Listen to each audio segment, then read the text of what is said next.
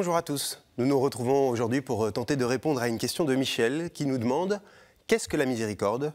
Y a-t-il des limites ?» Belle question qui nous parle déjà de Dieu, d'une certaine manière, puisque la miséricorde, c'est un des attributs de Dieu et pas n'importe lequel.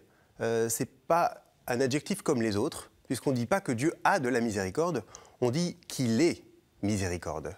Et on voit dans l'Évangile Jésus qui révèle le Père comme un Père de miséricorde. Ça ne nous dit pas encore ce que c'est, mais ça nous dit à quel point cette question est importante. En effet, la miséricorde est composée de deux parties. On pourrait le diviser en deux mots. Celui qui a donné misère et celui qui a donné corde, qui est le cœur. Celui qui a un cœur sensible à la misère. En hébreu, ce titre-là, ce terme-là, était traduit par entrailles. Vous voyez les entrailles de Jésus qui se retournent lorsqu'il est touché par la misère de ceux qui l'entourent. C'est l'attribut de Dieu et ce terme-là nous permet de comprendre un petit peu mieux ce que ça signifie. C'est cette capacité à être touché par la misère de Dieu. Ce n'est pas du tout parfois, comme on l'entend, une lâcheté de celui qui n'ose pas accomplir la justice. Vous voyez ? Et évidemment, on souhaite que celui qui est lâche, bien, il ait des limites. Et donc que la miséricorde comprise ainsi ait des limites.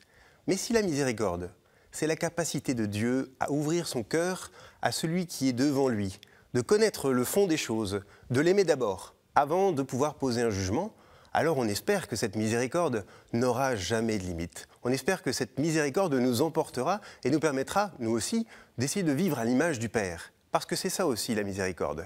C'est une capacité que le Père a envers nous, mais qui nous invite à avoir avec les autres. Cette miséricorde, Dieu l'a pour nous, mais il nous permet de la porter et de l'offrir aux autres.